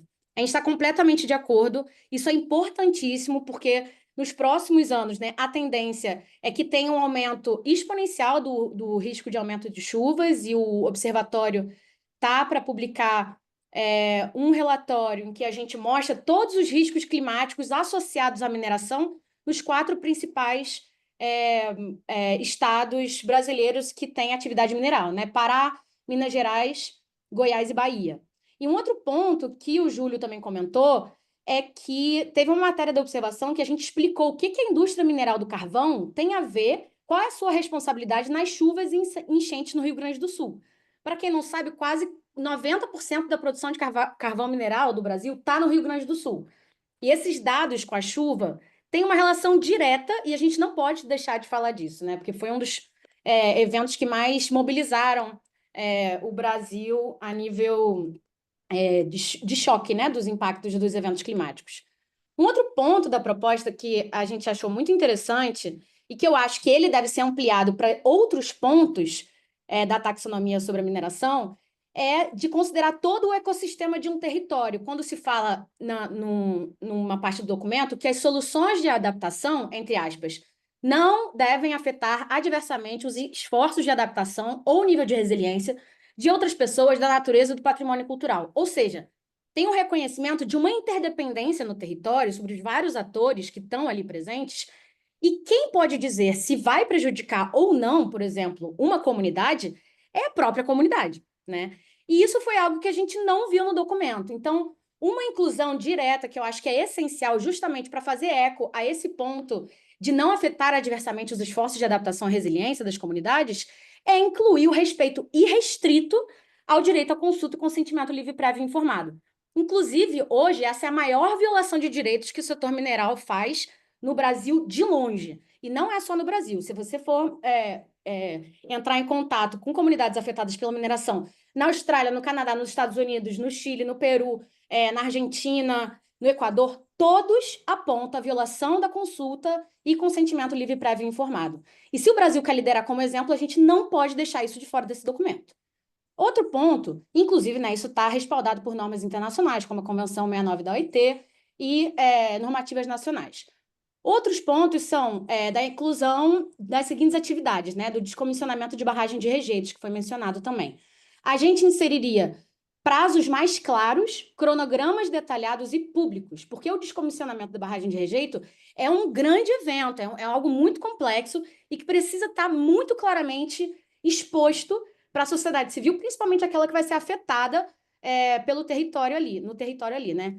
E um outro ponto que eu não vi presente, mas que isso já está previsto na nossa legislação, é a eliminação de novas barragens a montante, porque a gente sabe que é a barragem mais insegura e que tem gerado os maiores desastres de mineração no Brasil, né? Então, não ter isso presente, e basicamente, inclusive, está incluído no documento a possibilidade de abertura de novas barragens a montante, é chocante, assim, é chocante a gente ver que um país marcado por Brumadinho e Mariana continua considerando a possibilidade de abertura de novas minas, ao mesmo tempo que existem normativas que dizem que isso precisa ser eliminado, inclusive o prazo já foi até aumentado. Outro ponto é das obras de reforço de segurança das estruturas de destinação de rejeito, né? Como eu falei, a gente sempre vai ser um país marcado por Mariana e Brumadinho. Então, esse é o principal legado da mineração industrial do país. Isso não pode sair do nosso imaginário. Então, o que eu gostaria de trazer como referência também que a Cláudia mencionou, o documento do Padrão Global de Rejeitos do ICMM, teve um outro relatório chamado Relatório Segurança em Primeiro Lugar, que o professor Bruno até contribuiu, que foi um relatório construído em resposta a esse, e que ele foi feito basicamente por conta da tremenda falta de participação civil, da sociedade civil na elaboração desse documento, né? Então, isso foi uma grande falha, né, do setor mineral, de não ter uma participação efetiva da sociedade civil. Então, a sociedade civil se organizou e fez um próprio documento. Então, posso compartilhar ele depois aqui com vocês. Passando para o ponto de mitigação e de degradação da biodiversidade, né? Existe a menção de que não prejudicar significativamente quando não há perda de valor da biodiversidade e ecossistemas considerados insubstituíveis. Sobre insubstituível também é uma pergunta. Qual seria o critério? Se isso já é uma definição, talvez, do Ministério de Minas e Energia ou Ministério de Meio Ambiente, isso é uma coisa que não ficou claro para a gente. Eu acho que é essencial ter mais claridade, se isso é sobre espécies endêmicas, risco de extinção, áreas degradadas, enfim, o que é considerado insubstituível a nível nacional e regional. E assim, fora isso, está tudo liberado? Isso é algo muito preocupante. Então, acho que é essencial a gente ter acesso a esses estudos. E um outro ponto é sobre quem participou dessa decisão, do que é considerado insubstituível ou não. Ministério do Meio Ambiente, o MPI, povos indígenas, né, que são os grandes guardiões da biodiversidade, que eu acho que é essencial ter a participação deles nessa definição, né? Então, falando de quando NPS, né, não prejudicar significativamente, não há impactos negativos em áreas protegidas. Eles mencionam que áreas protegidas são todas aquelas da categoria do WDPA, World Database on Protected Areas. Nessa base de dados estão incluídas terras indígenas. Ali no documento, na base de dados, tem cerca de 719 áreas consideradas como terras indígenas. Isso deveria estar explícito nesse documento, né? Porque quando a gente vai para a parte da taxonomia sustentável da mineração e se reconhece a sobreposição com áreas protegidas, que é na página 14, está escrito ali que inclui terras indígenas e que o critério para não prejudicar, verificar a autorização do Congresso. E aí, gente, eu lembro que a gente está num contexto muito problemático a nível nacional e internacional com a emergência climática, em que se discute um marco temporal, se discute uma redefinição das fronteiras indígenas, e o que está em negociação agora é autorizar a exploração mineral em terras indígenas, algo que está sendo muito complicado dentro do movimento indígena que a gente trabalha diretamente. Então, assim, para critério de não prejudicar terras indígenas, precisa ter participação de indígenas. Isso é básico, gente. E eu concordo com o Bruno de que precisa considerar todas as terras indígenas e não um processo que tem pelo menos 6 passos e se considera o segundo o último. Isso não faz o menor sentido, né? Nem administrativamente falando. Então, considerar aquelas que pelo menos tenham iniciado o processo de identificação perante a FUNAI, porque isso tem definição e tem como traquear. Outro ponto é que é fundamental a participação de órgãos indigenistas do Estado nessa discussão, né, da taxonomia sustentável brasileira, como FUNAI, MPI e a CESAI, já que a gente sabe, isso é indiscutível, que a mineração afeta a saúde da população, principalmente a saúde indígena. Agora, sobre as propostas do CIS, que teve como referência a taxonomia chinesa, a gente tem 2 propostas de condicionante que, inclusive, a gente acha que tem que entrar no documento não só por uma questão de necessidade, mas porque já está incluído na nossa normativa de legislação brasileira.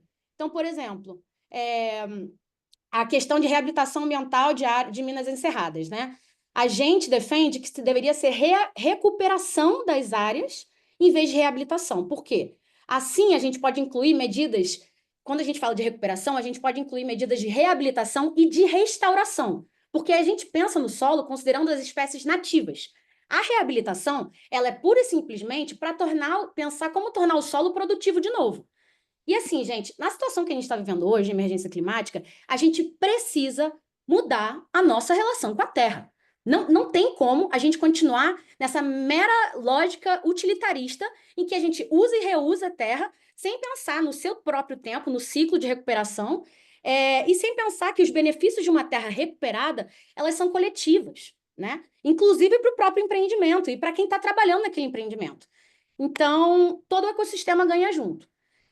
Então, a gente acredita que, apesar disso já estar como uma condicionante em vários empreendimentos, né, a gente acredita que seria essencial estar nesse documento, junto com a descontaminação do solo por metais pesados, que a gente acredita que a descontaminação dos cursos d'água também tem que ser incluído. Agora, a gente vai entrar mais no ponto para finalizar a minha fala, né, sobre o uso sustentável de recursos hídricos, que um ponto do CIS é de vedar o rebaixamento de lençóis freáticos que não se comprovem tecnicamente reversíveis. Gente, isso é essencial. Isso é seguir diretrizes internacionais de preservação ambiental. Esse é o princípio da precaução, princípio número 15 da Declaração da Rio 92. Esse princípio da precaução ele é usado em contextos de incerteza científica, seja para o meio ambiente ou para a saúde humana. Então, ele é basicamente um mecanismo jurídico que orienta os estados a tomar medidas que são preventivas. Ele é aplicado quando tem ameaça de danos, mas que não tem uma certeza científica absoluta sobre os seus efeitos.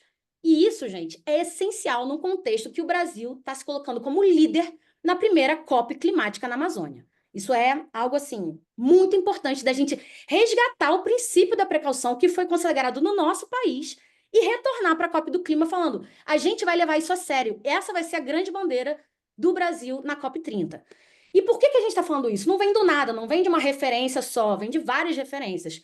Uma delas, que é essencial, é o relatório da ONU, que é o painel sobre minerais críticos para a transição energética. Tem alguns princípios que eu queria trazer aqui. O primeiro é a proteção de direitos humanos, que é o princípio Só número preciso 1. que você vá concluindo, tá? Porque Eu já estou concluindo, é só falar eles. Tá. O princípio número 1, que é a questão da participação dos povos tradicionais, indígenas, então a questão da consulta, ela está incluída em todo o documento de recomendação da ONU. Então, os povos indígenas, inclusive nesse documento, está dizendo que são indispensáveis para essa discussão. Outro ponto é a questão da transparência, por exemplo, das outorgas de água no setor mineral, que por ano tem uma estimativa de que o setor usa cerca de 600 bilhões de litros de água sem indicar a origem.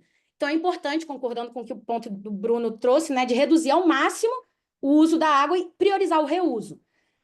Tem o ponto de precaução, né, também pensando na definição de áreas de exclusão, que são consideradas as no-go zones, porque isso garante a possibilidade de barrar o desmatamento em áreas que contribuem na captura de carbono, como, por exemplo, as próprias terras indígenas.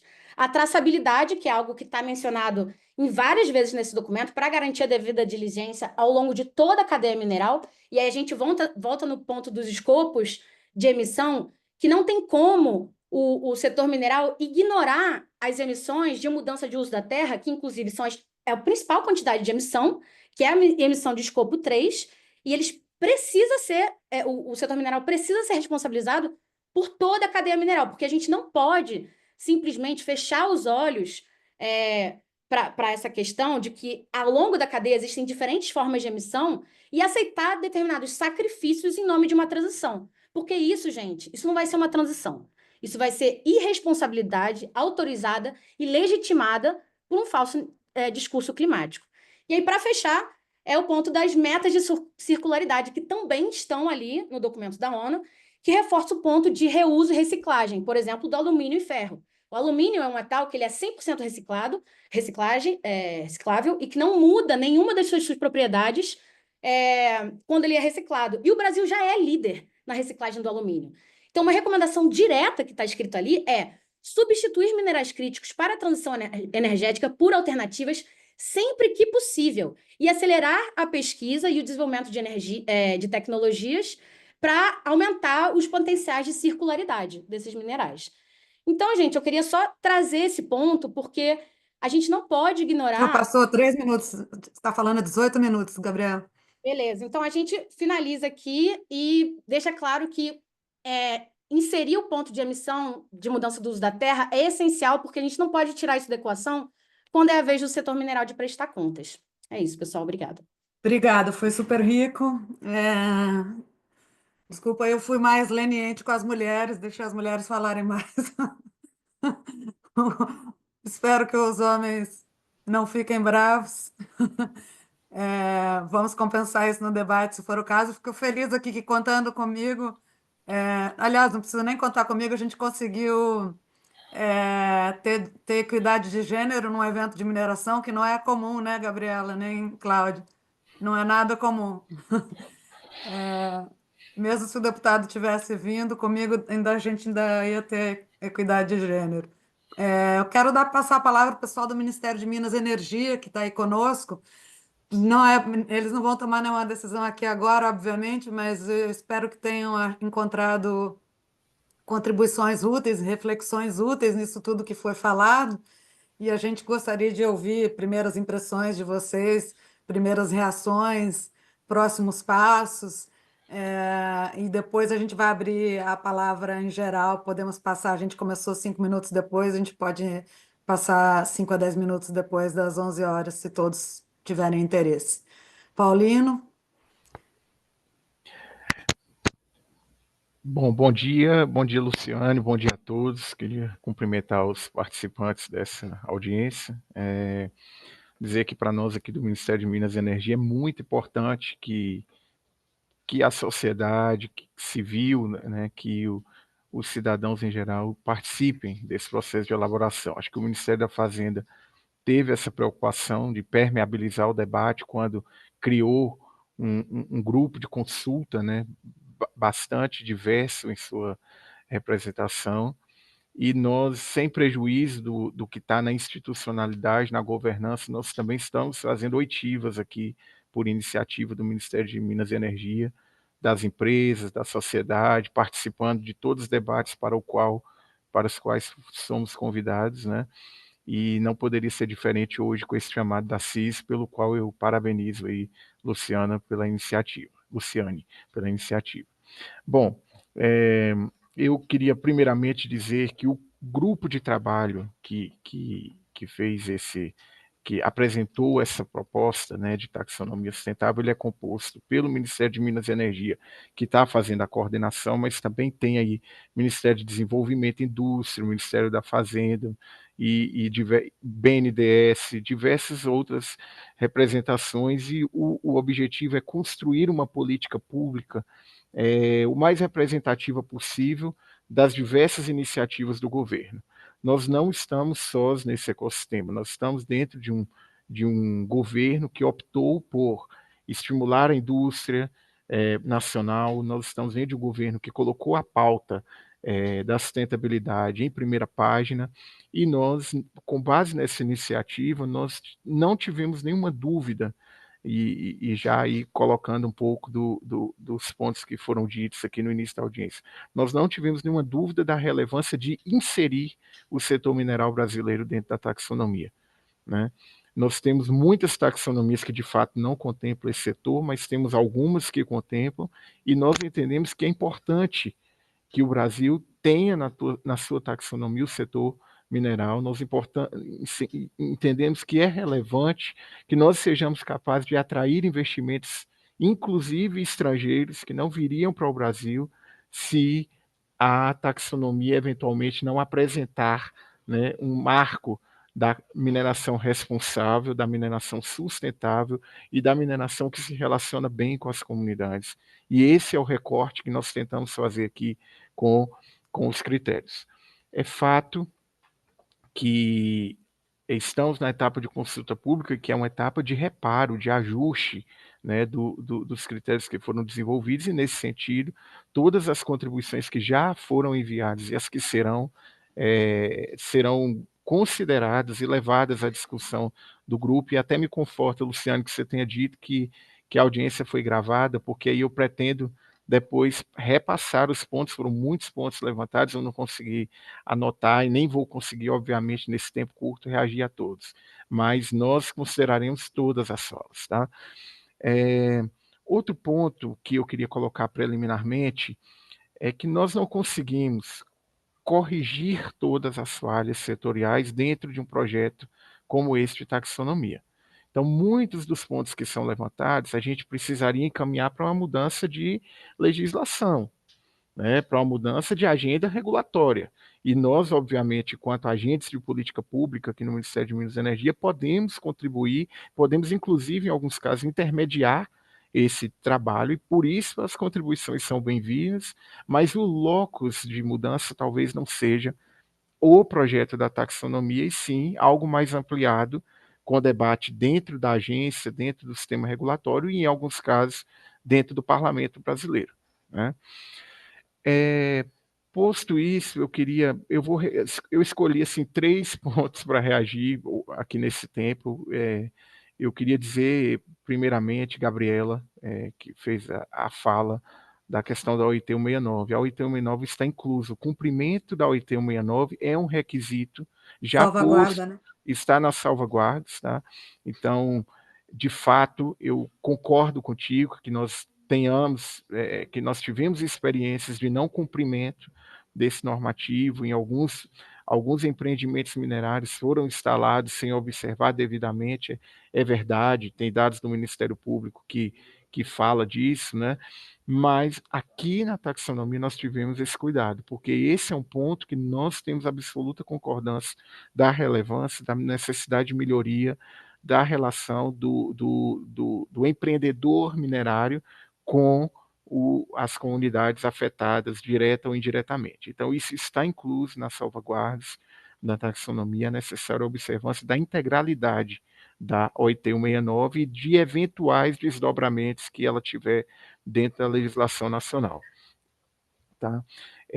Um outro ponto em relação ao ferro, eu queria assim, rapidamente sublinhar que um dos critérios metodológicos é a relevância econômica.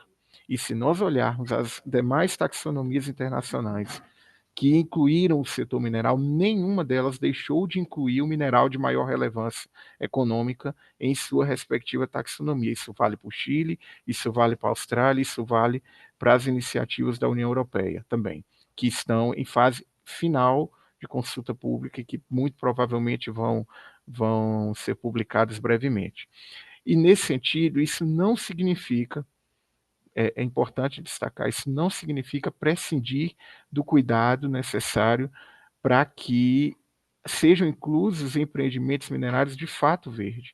A gente, ao criar a amarra dos critérios de não prejudicar significativamente e os 3 critérios sucessivos de elegibilidade, quais sejam os de níveis de emissão, os de conexão com cadeias relacionadas à transição energética e o de uso de energia limpa, nós estamos fazendo um recorte muito cuidadoso em relação a não é qualquer mineral produzido, não é qualquer ferro que será elegível e reconhecido como verde. Ao contrário, será apenas aqueles que passar pelos 3 sucessivos critérios e passar por todos os demais recortes do não prejudicar do NPS e ainda cumprir todas as salvaguardas. Então, não há uma abertura indiscriminada ou um descuidado por parte do GT em relação a esse critério, a esse recorte. E eu queria também salientar o seguinte, a questão da política pública. Nós não estamos falando, neste momento, de nenhuma canalização de recurso público para quem está elegível pela taxonomia sustentável brasileira. Não é esse o ponto, e se eventualmente vier a ser, vai ser com os recortes dentro do interesse nacional e dentro das políticas públicas elegíveis. Ou seja, hoje nós temos uma política pública, que inclusive também está em consulta pública, que é das debêntures de infraestrutura para a transformação mineral em minerais estratégicos para a transição energética. É um incentivo tributário que o governo está se propondo a dar para quem investir na cadeia de transformação dos minerais estratégicos para a transição energética. Isso ainda não está conectado com a taxonomia e, em vindo a ser, será conectado com os critérios de elegibilidade de todas as políticas públicas nacionais. Então, não há essa automaticidade que pode parecer haver, né, em especial quando falando do uso de recursos públicos. Eu queria rapidamente, acho que eu tenho mais 2 minutos, se eu não estou enganado aqui com o tempo, eu queria rapidamente falar da questão de barragem. Nós fizemos tratativas com a Agência Nacional de Mineração, as sugestões do professor João Grilo, do Bruno Milanês, são todas muito bem-vindas. A gente entende a preocupação, inclusive, com a questão da disponibilidade de recursos hídricos. Todavia, nós temos um entendimento, e ele é lastreado no entendimento da agência, de que nós temos uma legislação muito moderna de barragem no Brasil. Isso quando se fala, inclusive, da análise comparada internacional. E a nossa legislação ela é capaz de atender a essas preocupações. Todavia, sem prejuízo de nós colhermos e inclusive, incluirmos esse debate com o que é feito aqui junto à agência de mineração, em especial em relação à pilha, que é uma legislação que nós temos que avançar um pouco mais, ela não está tão madura quanto a legislação de barragem. Eu acho que é um ponto que, de fato, precisa de um endereçamento cuidadoso. Mas eu não sei se o locus, de novo, falando do locus, se o locus de tratamento disso é dentro da taxonomia. Talvez nós tenhamos que trabalhar isso dentro de um ajuste, se for o caso, se for entendida a necessidade técnica, de ajustes na legislação e na normatização feita no âmbito regulatório. Tá? Então, eu queria, até encaminhando aqui para o encerramento, dizer que nós elegemos minerais estratégicos para a transição energética, nós não deixamos todos os pedidos, e aí, Gabriela, acho que é importante esclarecer para você de forma muito clara, tudo que a legislação exige não precisa sequer estar citado aqui, apesar de estar, né? Não precisaria, porque isso é uma base do licenciamento ambiental brasileiro que é robusto, que pode ter problemas, mas nós temos uma legislação ambiental bastante robusta e uma regulação em robustecimento bastante acelerado. Tá? Mas eu queria dizer que tudo isso é sem prejuízo de nós aproveitarmos desse momento de consulta pública para fazer as maturações que são necessárias, né? Os critérios, por exemplo, de emissão, nós colocamos o mais exigente, tanto comparando o internacional ou o nacional. Aquele que era o mais exigente foi o escolhido, mas nós estamos trabalhando com as empresas, com as publicações, com aquilo que tem na literatura para aprimorar esse número. Né? Então, nós não queremos aqui colocar um número simbólico, muito pelo contrário. A gente quer que seja um número que, de fato, estimule o setor à descarbonização, à redução de suas emissões, e esse trabalho foi feito previamente e está sendo feito nesse período de consulta para que o número que, de fato, fique como produto final aprovado pelo GT e por toda a governança da taxonomia seja, de fato, capaz de estimular o setor a reduzir as emissões e que nós consigamos o objetivo principal, que é rotular como verde quem de fato cumpre os requisitos ambientais, os requisitos sociais de relacionamento com a comunidade, que tem uma governança transparente, né? Esse é o objetivo do trabalho do Ministério de Minas e Energia, o trabalho que foi feito pelo GT sob a orientação do Ministério da Fazenda, né? E naquilo que vocês entenderem que é possível ajustar, eu peço que seja encaminhada a sua nota técnica, Bruno, será muito bem-vinda, nós poderemos analisar ponto a ponto e, se necessário, no segundo momento, até fazer algum debate mais específico com cada um sobre os temas que forem levantados, tá bom? Luciane, devolvendo a palavra, agradecendo aí pela oportunidade, tá bom? Bom dia. Obrigada, Paulino. Eu achei que você ia mencionar a questão dos riscos de rompimento das barragens antigas, né? Porque a legislação não resolve esse problema do passivo das barragens antigas. Se você me permite, então, Luciane, só falar um ponto. Pela legislação nacional já não há possibilidade de novas barragens a montante. A montante, eu sei, mas a jusante também pode romper. Exatamente. E aí, para isso, você tem todo um O regramento. prejuízo não é tão grande, mas também existe Não. a possibilidade de romper. Na realidade, qualquer ruptura é Mas a área qualquer afetada não ruptura é um precisa tão grande, prejuízo. né? E nós temos um critério de barragem do não prejudicar significativamente. Nós temos 3 critérios, talvez valha a pena até rapidamente passá-los aqui, tá? Mas nós elencamos 3 critérios para barragem. Primeiro, o operador estar em conformidade com a legislação nacional para a segurança, atinente às questões de biodiversidade, incorpora todos os padrões industriais para o manejo de barragem e rejeito da Global Industry Standard, o GISTM, que é o específico de barragens, e a localização de novas barragens de rejeito a montante, ou seja, novas barragens de rejeito a montante de áreas protegidas, deve considerar as áreas de dam break e áreas de inundação projetadas para minimizar o risco de impacto ambiental em caso de evento catastrófico. Então está previsto mesmo a montante? Não é mais permitido pela Não. regulação brasileira? Não é porque aqui é a montante das áreas protegidas, é o posicionamento em relação à área protegida, porque esse aqui é um critério específico de Mas a minha proteção pergunta de não áreas. foi essa, a minha pergunta foi sobre as barragens que têm maior risco de rompimento por causa do volume de chuvas. Então, Perfeito. é disso. Foram construídas no passado, olhando para o volume de chuvas passado, e não estão adequadas para o risco atual, né? Então, essa que é a dúvida. E hoje, com certeza, deve existir alguma mineradora que já observou isso e que, mesmo que a legislação não exija, está fazendo investimentos para reforçar a segurança dessas estruturas. E outras tantas, porque a gente sabe que o mercado é heterogêneo e, infelizmente, os mais visionários são minoria, outras tantas não devem estar medindo isso e o risco está tá aí sem ser mitigado, né? Isso É, faz com que amanhã ou depois, num episódio desses de chuvas extremas, ocorram novos rompimentos, né? Ainda que a estrutura fosse adequada para o ritmo, para o volume de chuvas passado, ela era adequada, mas não é mais. Então, isso tem custo, fazer essas estruturas, essas obras de reforço, tem custo, custo operacional também, tem que parar, desviar energias, desviar dinheiro, contratar pessoas. E as mineradoras que fizerem isso merecem que isso seja enquadrado na taxonomia, né?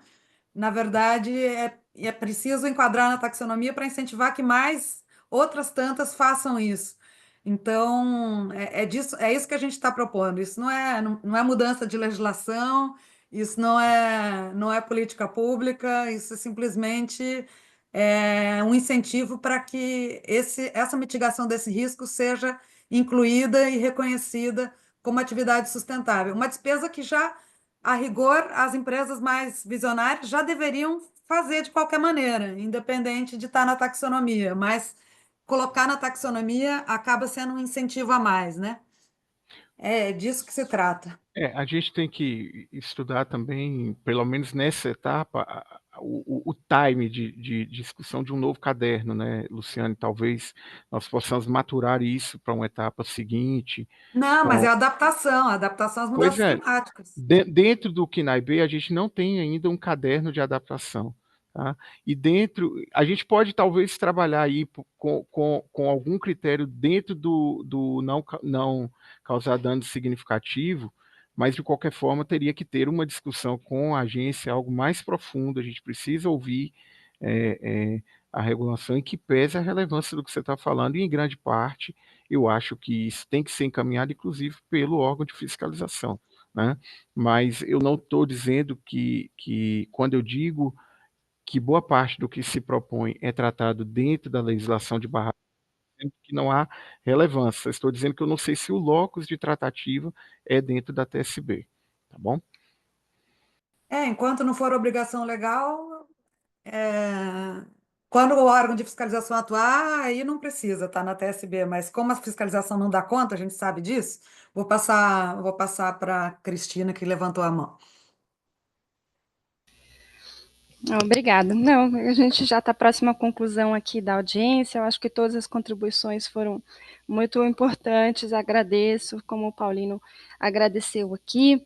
Eu acho que ele já fez alguns dos esclarecimentos. Nosso objetivo aqui não é responder, acolher, concordar ou discordar com as contribuições, porque isso faz parte do processo agora de revisão e que tem, né, uma organização própria junto ao GT, junto ao Comitê Consultivo. Minha única reforço aqui que eu gostaria de colocar é da importância da taxonomia sustentável brasileira apresentar um caderno de mineração, né, ainda que somente a China e outras experiências agora estejam colocando a mineração, a ideia nossa, né, de acordo com a metodologia, que também está sob crivo da sociedade no caderno de metodologia da taxonomia, era priorizar na primeira fase ou as atividades econômicas de relevância para a estrutura produtiva brasileira, e aí não tem dúvida que a mineração tem uma relevância, e tanto na produção quanto nas exportações, e aí, claro, minério de ferro, um dos principais produtos de exportação, e por isso que definir processos produtivos sustentáveis são importantes nesse caso, ou para aqueles setores que são portadores de futuro e que sabemos que estão críticos ou estratégicos, como foi definido, para as novas cadeias da sustentabilidade, né? Então, daí a importância também de minerais críticos estarem sendo discutidos. Eu só queria me antepor aqui a uma colocação feita pelo Bruno, de que a taxonomia trata dos recursos como se fossem inesgotáveis. Isso não seria um procedimento comum para o Ministério da Fazenda, muito pelo contrário, nós aqui lidamos com um mundo de escassez de recursos, e a ideia justamente com a taxonomia é tornar cada vez mais estratégica a aplicação deles a partir de caminhos e processos produtivos que são coerentes com as nossas metas de desenvolvimento sustentável, de adensamento tecnológico, promover um fluxo transparente de informações, e esse é um instrumento de finanças sustentáveis inovador, que tem sim muito potencial para justamente direcionar esses investimentos para aquilo que entendemos como prioritário, né? E ao mesmo tempo ele Bom, não sei pode se e você deve. conseguiu ler, Cris. Ele falou que ele estava falando do recurso financeiro. Nesse momento, ele estava falando de recurso financeiro, de eles serem Sim, limitados e daí, mas também enfim. não temos recursos limitados financeiros. E também esclarecer, que é importante, a Luciane também sempre fez essa defesa, a taxonomia ela pode e deve contribuir para também as políticas fiscais, né, do governo, e a gente pretende que ela seja o instrumento que atualize várias das já existentes. Então, isso será um mecanismo de coerência que a gente espera que a taxonomia traga aí para as ações de governo e de Estado, sobretudo. Mas, mais uma vez, eu agradeço demais. Foi gravado, sim, a gente pode buscar sintetizar essas principais contribuições, reforço a importância do envio delas por escrito, seja no site, seja a partir de documentos como a nota técnica, a qual agradeço. Eu sei que todos aqui estão há muito tempo empenhados, né, nessa discussão e respeitamos e valorizamos todas as contribuições, gente. Muito obrigada. Obrigada, Cris. Não sei se alguém. A gente chegou no tempo, não sei se alguém quer fazer alguma pergunta para algum de nós que falou muito rapidamente. Paulino, estou vendo você com a mão levantada. Rapidamente, Luciane, até para aprofundar um pouco essa discussão com a equipe técnica daqui do MME e da Agência Nacional de Mineração, a gente vai fazer um convite à agência e eu queria convidar aí o O professor Júlio. João, o Júlio, desculpa, para a gente Você fazer. está lembrando do filme. João Grilo É, do filme, do Alto da Compadecida. É verdade. Eu queria convidar o professor Júlio para a gente fazer uma audiência específica sobre esse tema de barragem, para tratar de forma mais aprofundada, junto com a Agência Nacional de Mineração e a equipe técnica aqui do MME. Tá bom? Então já deixei meu contato aqui no chat para a gente poder tratar disso. Obrigado. Eu que Maravilha. agradeço muito. Será ótima essa conversa. Muito obrigado. Tá ótimo. De quem estava nos assistindo, aí tem gente da CVM, do BNDES, tem gente do Movimento dos Atingidos por Barragens, enfim, tem gente de consultorias ambientais, da EQUer. Eu me lembro da lista de inscritos que estava bem interessante. Tem alguém que quer fazer? A gente não tem tempo para várias perguntas, mas pelo menos uma ou duas, porque nós só conversamos entre nós aqui, os debatedores e a mediadora e a Cristina. Alguém quer fazer alguma pergunta rapidamente? Tem que ser curtinho.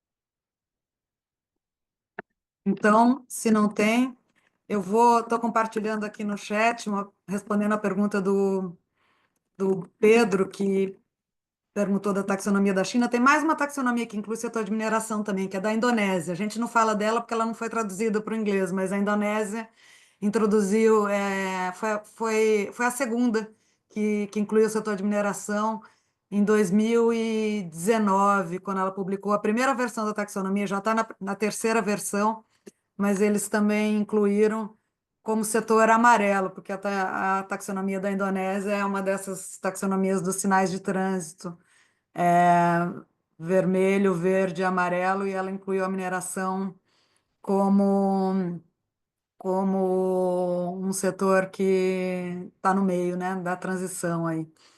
Eu quero agradecer a participação de todos, mesmo quem esteve só nos ouvindo. A gente vai ter uma notícia publicada no site com resumo dessas falas todas amanhã, pela manhã, provavelmente.